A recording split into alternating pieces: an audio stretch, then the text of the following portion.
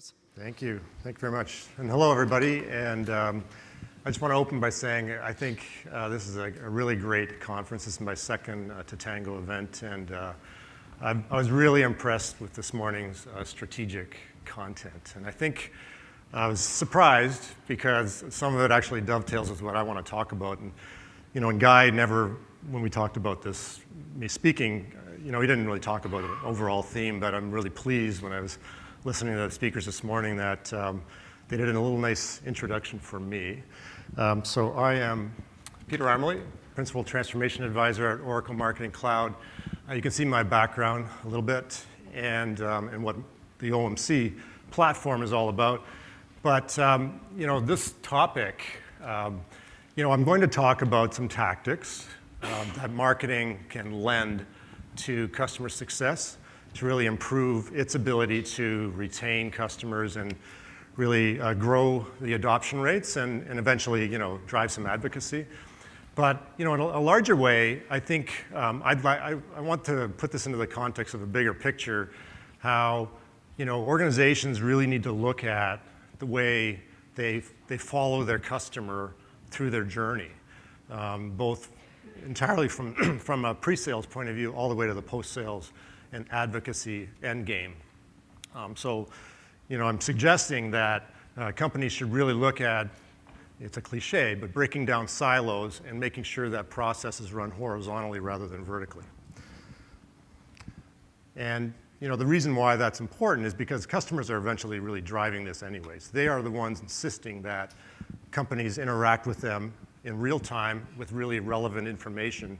And the current kind of business construct of vertical organizations really doesn't serve that purpose really well. So customers are driving that change. But, you know, we can anticipate that change now. We have the technology. We've got really bright people. And that's the key. You know, I think it was Claire Burge this morning mentioned about AI and not being afraid of AI. I subscribe to that point of view that, you know, we have a lot of intelligence in our world. And in particular, in the IT or the software industry, a lot of bright people who shouldn't be intimidated by technology and revamping of processes. And really the key to this is infusing your curiosity about the customer into building and designing processes. So let's focus on a couple of board metrics for the rest of this presentation. The language of the board speaks to many things, but customer retention and customer growth are two key metrics that they focus on and to gauge the health of the business. I got this equation from the Boston Consulting Group, and they break down retention as superior value plus trust plus high switching cost. And when you think about your customers, do you think that equation works for all your customers? I would hazard a guess. The answer would be no, because most people really struggle maintaining high levels of retention. And if you break it down to those variables, you can see where it might start slipping. Growth, I took that equation and just added plus business needs. So growth would be having those fundamentals in place, superior value of your product, plus trust, plus high switching costs, and then a perceived or a real business need. So if you work with your client, you can surface business need. If you understand what they're trying to do, what they're trying to achieve in their business realm, you can go a long way towards surfacing a business need that maybe they aren't even aware of that could be addressed by your product.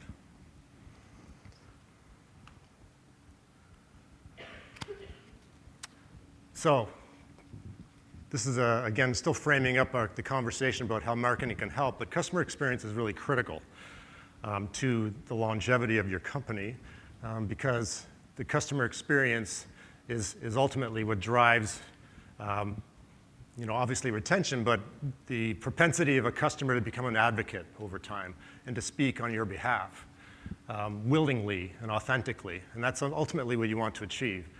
And these are just some simple statistics that bear that out. And you can find these anywhere, but you know, I put a few up there that I think are critically important, especially that bottom one. Loyal customers drive 80% of revenue. And you know, I'm from I kind of straddle the worlds here. A lot of my background is customer success, but I am working with marketing clients now and helping them understand how they can transform their marketing practice to focus more on driving real kind of relevant content and in-time, just-in-time material for their buyers. And they're starting to understand that their game needs to change as well, and they have to start looking at a longer lifespan of customers beyond just the sale. So going back to what I said earlier, I believe companies need to start focusing on understanding how they need to build their processes to follow the customer, and marketing and customer success will eventually kind of meet, let's say. And I'd like to just kind of seed that conversation by saying that marketing can offer up some tactics for customer success. And I know some companies are already exercising some of these things already. They have customer marketing departments. But based on my working with clients and going to a lot of meetups and conferences, I would say it's really still early game. Customer success is still really focused on a lot of relationship-based approaches. And they do collect data, but I think not nearly in the same way that marketing does on the pre-sales side of the house. So why is it so hard to maintain high levels of retention and drive growth? And I would say in the post-sales world, it's really because, and I've quoted a statistic here from the Technology Services Industry Association, 37.5% of organizations do not have a formal adoption framework. And what do they mean by that? They mean there's no systematic way to collect granular customer data, put it into a kind of a predictive modeling engine to perform some actions that produce the desired outcome for the client. And I add one more element to that, which is a feedback loop into the product. So and these are usually like mid to large enterprise companies that they are surveying here. But you can see why a lot of companies struggle with the retention and driving growth. It's because they don't really have the proper framework in place to do this. You know who's really good at this stuff? Marketing. They're really good at a scientific-based approach to understanding a market, breaking it down into connecting the dots to figure out how does A relate to B, and then targeting content accordingly through the funnel of a pre-sales buyer journey. On the post-sales side, where customer success plays, these are pretty complex variables that weigh down the ability of customer success to really make a lot of traction and being systematic. But nevertheless, I think these are variables that need to be tackled in order to put in place the right kind of framework that will drive repeatable behaviors. So obviously product complexity, but look at the others. I mean, customer apathy, you have no control over that directly. It's more of something that you would work on over time. And through the successful creation of business outcomes for them, the apathy will obviously go away. So let's do kind of a side-by-side comparison. Marketing strengths versus customer success struggles. And again, there will be exceptions to this, but by and large, marketing departments are extremely good at scale. They're really good at looking at markets, touching known and unknown contacts, prospects, hundreds of thousands of prospects to figure out who would have the propensity to buy. Customer success typically struggles at scale to do what they're really good at. Marketing is really good at understanding why buyers buy, because they're the ones actually creating the kind of environment to make buyers more willing to buy. Customer success typically doesn't always have the knowledge of why a buyer bought the product. It depends on really their relationship with the sales organization, but also how accurate the CRM data is. Marketing is really good at personalization, understanding how to make the buyer feel like they're being touched in an individualized way. They're really good at data science and predictive analytics. They've got a lot of tools. They've got a long history of approaching problems in a scientific way. Customer success is getting there. It's getting better every year. I think there's still some ways to go. Marketing's good at obviously qualifying and nurturing leads. That's really what their wheelhouse is, the lead scoring. And they're good at storytelling and driving business through advocacy. So here's a few methods I think that customer success could borrow from marketing. And I'm not suggesting any new tools need to be bought. I think there's ways to do this without necessarily investing a lot of money.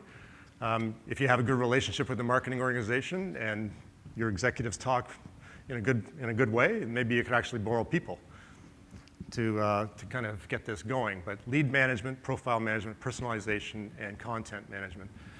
So for marketers, lead management's all about how to get the data. So these are just a few data sources that they use to find out who's interested, who might be interested. And then they would use that data collected from all those sources to start scoring their leads to figure out, this lead came in not just through an email campaign, but they also visited our website, so that scores them a little higher, right? So I think, customer success can start looking at, we already know who the leads are. We already have captive audience. We've got our customers, so the funnel's a lot narrower. It's not big. We already know who they are. So now we can kind of score them on what their adoption levels are. Are they visiting our support page? Are they attending our events, our webinars? You can start scoring your contacts based on their interest in you and how engaged they are. And then, you get to a level where you can actually gauge their willingness to consider further investment. And at that point, most organizations would pass that off to a sales team to finish the job, just as marketing does on the pre-sales side. They get to a point and they pass it off to sales. Profile management. This is really just fundamental, solid account management, which is to say, marketing helps on the pre-sales side to the sales team understand a full picture of an account. So, they complete the picture for sales around all the contacts and the events they've attended, white papers they've downloaded, all that kind of stuff. And on the post-sales side, customer success could look at the same thing and say, I'd like to complete the picture of this account by completing and filling it into this, putting into the CRM, the account record. These are just examples that would help fill out the picture of the account. Contact personalization for customer success could be that for an individual customer, you could put it into the CRM that with obviously what their role is, but what white papers they've downloaded, what websites they've visited, what videos they've viewed, and how long have they viewed them. You might not have that technology, but there is obviously a technology that exists that you can watch and get those metrics on how long they've consumed video for, what certifications they've got, what's their sentiment, what's their NPS, customer sat scores, how active are they on your community platform? Are they leaders? Are they just observers? And any offline activities that you're aware of. All those things help you understand as a customer success manager how engaged your customers are.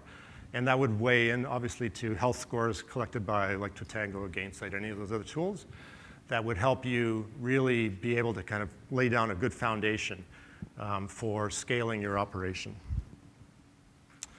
And content management for customer success. This is just a professional way of building content, scheduling content, making sure the content is relevant for each milestone within the customer journey. So obviously that means that you'd have to gone through the exercise of mapping out the customer journey on the post-sales side and understanding what the customer is expecting or needs at each point and be able to kind of provide that for them at that time. So we actually have started to do this at Oracle Marketing Cloud with a small group, 1,200 customers. And it's only been going on for about 8 months. But we're already noticing some pretty positive statistics. 90% of those are still customers. We have 50% less churn and a 9% higher retention rate. And on our community engagement platform, we call it top liners, there's a 66% increase in participating users, which is a huge jump within that 1,200 customer base, and a 70% increase in the active users. So that's, that's a scientific metric that would indicate to us that clearly we're doing something right, that the content we're pushing to them is resonating with them, and they're feeling more engaged to be part of our ongoing kind of platform of customers. And I think this is the last slide, the takeaways for us. We were quite surprised, actually, that the positive metrics around retention and customer sat, we knew it would go up. We didn't know it would go up as high as it did. So we're encouraged, and we'll probably look to expand the number of customers that we're touching through this program. What's the most important lesson? Clearly, we had to be laser sharp around the customer's perception of quality and relevance. If we were not providing high quality content and it was relevant for their point in time in the journey, I don't think we would have seen those high scores. And I guess we would do it again, we'd just to be more aggressive. We probably would have not stopped at 1,200 customers, probably would have tackled even more. So I've got like 2 minutes left for questions, right? Hi. So the actual activity was helping the CS team do their job, taking responsibility for some of their activities, providing them tools. What was the actual work that you provided for the CS team? The actual work? Or tools or advice. What did you do that team to help them? Yeah, so Oracle Marketing Cloud is a platform for marketers, so we had a head start because our CS team is populated by, some of them are former marketing people, so they're good at creating content. So what the CS team had available to them was a good storehouse of content, and we had to go through, we did map our journey for the customers, so they were armed with a really detailed customer journey mapping, including what's the emotion of the customer at every single point. And so then they just mapped the content accordingly. And so we did both a self-serve and also a push. So the customer would get pushed content based on 2 months after subscribing to the platform, they would get a particular kind of white paper or a how-to article or a video telling them how to do something. And also based on if they open tickets, a video would get sent to them, that sort of stuff. So we're just early stages with this, but we are pushing automation more and more. And the team that's manning this platform understands that's probably why they're being assigned to that platform, is because A, they're former marketers, and B, they're really focused on creating good content that gets pushed automatically to customers. Question? Let me give you the mic. There you go. So would you have a ratio for how much you push through email and how much through the product? That's a really good question. I don't have that available, but I think right now the ratio is probably tipping more on email than product. That's a good, I'll have to find that out actually. Thanks for asking. But you do. Yeah, we do product as well, but right now it's mostly email. Yeah. Is that it? Okay, yeah, I'm getting the sign here. Thanks very much.